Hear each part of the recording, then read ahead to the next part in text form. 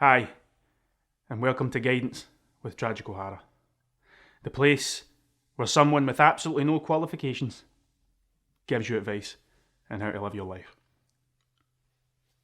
What are the chances of me winning of what? What is the chances of winning the lottery? Astronomical. I don't know, do I look like I know it about... I had to put on a pair of glasses to try and make myself look smart. Like, I don't know anything about maths. Where do you hope to be in 20 years' time? Alive.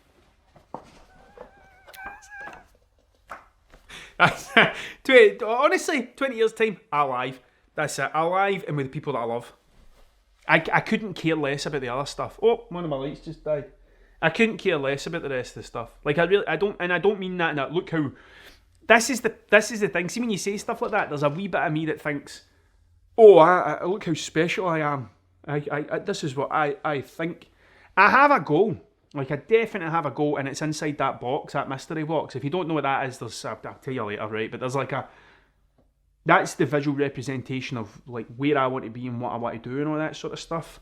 I can see it happening, but at the same time, I'm like, in 20 years, I'll be 55 in 20 years' time. Like, I just want to be alive and with my family. The rest of the stuff is a bonus. Do you know what I mean? The rest of the stuff's a bonus. But I never used to think like that. Like, that's the thing. Like, this isn't like some Zen thing that's like, I have the answer to everything. If you'd have asked me when I was 20 where I'd want to be when I was 40, I would have said I want to have my own record label. I want to be in I want to have a house with a recording studio. I want to do all this sort of stuff. I want to be touring. I want to be a rock star. That's what I would have said. Pardon me. I probably wouldn't have said it out loud. I would have said it in my head. Like, that's where I wanted to be, but I didn't want to say that in front of people because people would judge me, like, by stuff, and I don't know, man. So, but now at the age of 35, I just want to be alive, man, and I want to be with the people that I love. That's where I want to be. Guidance, man. Guidance. How do you get out of a depressive state when you're deep in it? I know I'll hit anxiety before I'll hit depression. Right? I know I'll be anxious before I'll hit depression, right? So, and I know that my anxiety comes when I ignore hundreds of stuff. Like, if I ignore all the small things, right, then what happens is the small things seem a lot bigger than they are because there's 20 of them rather than one thing, right? And then when something bigger than the 20 comes along, it's like, that's it, game over, man. I nearly broke my pipe. Like, game over, that's it. I know that when I'm anxious, and if it gets to that point, then I get into a real slump where I just think, what's the point? And that time that I spent all that time in my bedroom and I didn't want to leave was because my anxiety was so bad that I couldn't leave the place, because that's when it would kind of kick off, I think. I don't know, But if I can feel that, I make some stuff. Like, I just make things. Like, I'll just go and make some stuff for no reason at all. I'll not make something for anyone but myself. And sometimes I make stuff and I don't share it. Like, I don't put it on Instagram. I try not to make things with the thing of, I wonder how many likes this will get. Like, because that sends me into the slump. So it's like recognising the stuff, do you know what I mean? And then knowing there's an alternative, because it's all made up. Like, it's totally made up. I think a lot of people put pressure on themselves, but at the end of the day, it's made up. And I'm trying to say that in a non-condescending way, right? It's like a made up kind of thing. Like, you get to decide whether you are going to be pressured into something. Do you know what I mean? Or you can just kind of go with the flow and be present in the moment in your wee house in the grey area. Do you know what I mean? Like, you can just allow yourself to tick along like that. But if I'm getting to the point where I know there's something wrong, I've got to make something. Like, I've got to make something, and I've got to have music on, and I've got to be alone in here. Like, I can't have anybody watching me. Like, I couldn't go and paint a wall in front of people. Like, I need to go into an abandoned place where there's no one and just be by myself and with music. And I know I'll just do a thing. It'll just kind of happen, and eventually it'll make me feel... The music will make me feel better. The fact that I'm moving about will make me feel better. And the fact that I'm making something will make me feel better. And while I'm making that stuff, it's like the meditative process, which is a difficult word to say. But it's like a meditative process. So therefore, I'm not really thinking about all the stuff that's getting me down. And because I'm not thinking about it, this other bit of my brain that we're all not conscious of is figuring all this stuff out in the background. And then it makes things a wee bit easier. So if I'm feeling like that, I know that's what I need to do. Like, I need to do that and go and make stuff. I hope that helps. I don't even know if I've answered that question. What was the question? Well, that's how I do it. It's how do I get out of it? That's how I don't know how you'll get out of it. Like, that's the thing. Like, I know exactly what I would do, but you need to figure out what works for you. Like, you can't just copy my thing verbatim and go, well, he said this would work, because it's not like that. And anyone that says it's like that, it's total snake oil. It's someone trying to charge you a subscription for something. Like, you need to figure out how you work. And when you figure out how you work, this stuff just kind of helps, I think. How are you today? I'm great. I'm good. Like, I'm actually really good today. Yesterday, not yesterday, but the day before, I was a bit rubbish. Like, I wasn't feeling particularly great. I don't know what happened. I just kind of woke up and I wasn't as motivated. Like, I'm not motivated 24/7. Like, there are days where I wake up and I'm like, I can't be bothered. And I don't have that. Do you know what I mean? But today I'm feeling good because I'm doing this. Like, I'm feeling good because I'm doing this. And I have doubted whether this was a good idea for I don't know how long. And now I'm doing it. So I'm kind of trying to take a win from that. I'm trying to take a bit off. That was good. So I am good, man. I'm good. Thanks for asking. How about you? How about you today? What do you think of Russia? What do I think of Russia? I just think it's a country, man. Like, I just think it's a country. And even then, I don't even think countries are real things. They feel very made up. Like, have you ever been between the border of Scotland and England? There's nothing there. There's a sign. We put that up. Like, what I think of Russia. And it's just a place with people in it, and they probably have completely different feelings and stuff like that to me, but we've got more in common than anyone else. It's someone else's is deciding all this stuff. Do you know what I mean? Like, politicians and things. People who would never do it themselves. But then I still think that, like, the politicians are made up. Like, that's a made up job. Like, we made that up. Like, the politicians and, like, a prime minister and all that sort of stuff, president, whatever. It's all made up. It's all made up. And if it doesn't work for us, then we should be able to unmake it up and make something else that makes sense. So what I think of Russia is, it's just a place with people. That's it. I don't think anything other than that. But I will say this, I will tell you this. See, when all that Russia stuff was kicking off, right, I could feel myself starting to worry about it. And I could feel myself going on my phone and trying to find things out about it. And then I get COVID and I was locked in the house for 10 days. And I was consuming this stuff to the point where I had to go. And I had to put it down, because at the end of the day, I can't control any of this stuff. Like, I can't control anything that's happening over there, right?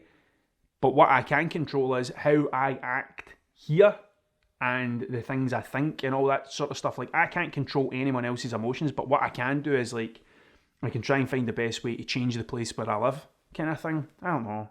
That's what I think about Russia. It's just the country, man. What makes you, you? Holy... What makes you, you? Things make me, me. Because, like, I have a list of things, right? Great Gig in the Sky by Pink Floyd, MF Doom, Jeff Buckley's Hallelujah live at the Cine, Sisters of Zeta Tharp, My Journey to the Sky, Ghost, aka Cousin Frank, Ralph Steadman, Hunter S. Thompson, singing The Doors with my friends. Like, there's a list of things that I've got, and I think everyone should have a list of things that make you feel a thing, right?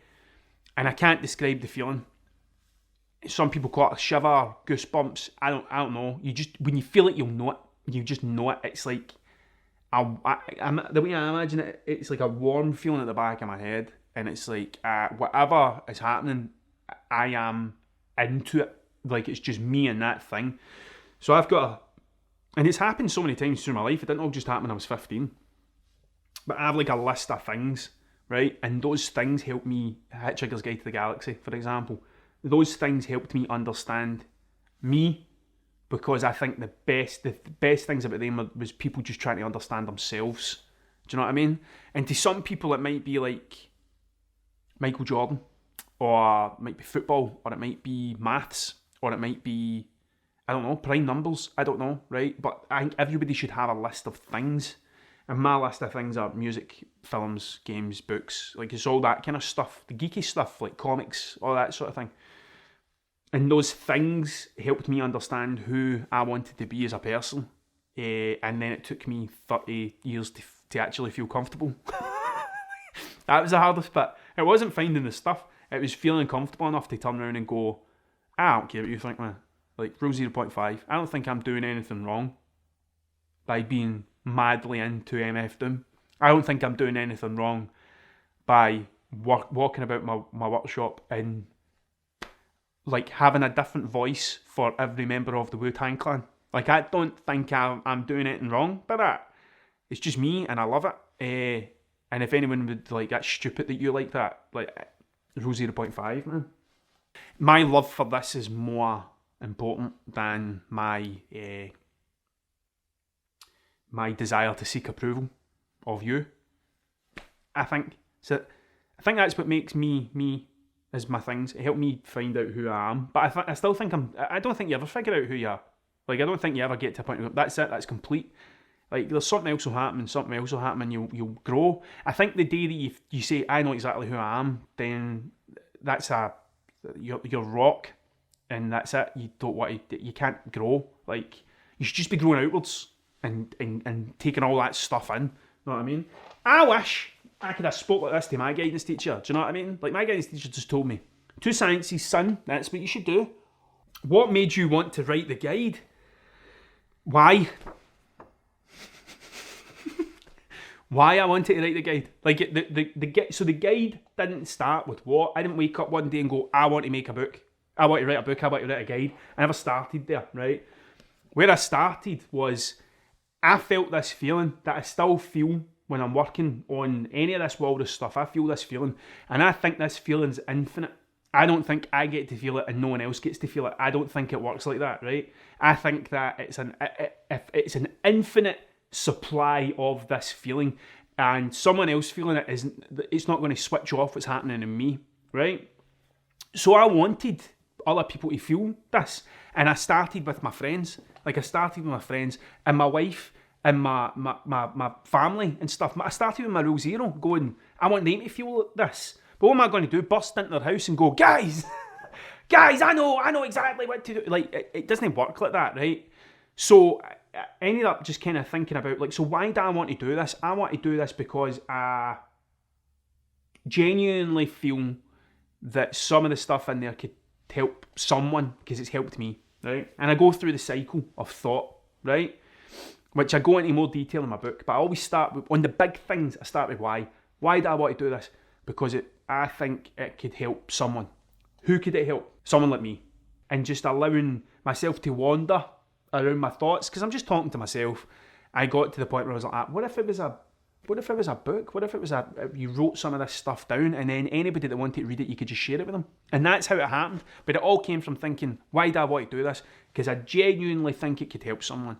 And I think it's an infinite supply. I think by me helping someone, it's not going to be a deterrent to me. It's not going to make me go, well, I'd much rather be looking after my own thoughts and feelings, I'm afraid. Like, it's just like, look, I don't have any answers, which is why it's a guide. Like, I don't have any answers, but here's a whole bunch of things that work for me. Would you go back to a backstabbing friend if they wanted back in your life? Oofed. When I was 15, no. No. When I was 15, no way, no chance. You would have got one chance with me, and that was it. You had been lumped into the pile of horrors. Like, that would be it. Now, as a 35-year-old man, yes. But it depends what it was. It depends what it was, right? Because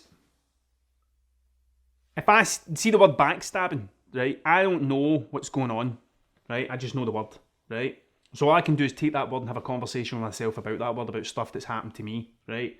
So all I'm going to say is this. Everyone deserves another chance, right?